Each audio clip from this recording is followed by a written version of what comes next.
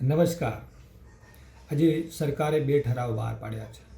એક છે 2% મોંઘવારીનો અને બીજો ખૂબ અગત્યનો કહી શકાય તેવો 1/4/2005 પહેલાંના કર્મચારીઓની જૂની પેન્શન યોજનાનો લાભ આપવો, એનપીએસના બદલે ઓપીએસનો લાભ આપવો। આ તબક્કે સરકારનો ખૂબ ખૂબ આભાર માનીએ છીએ।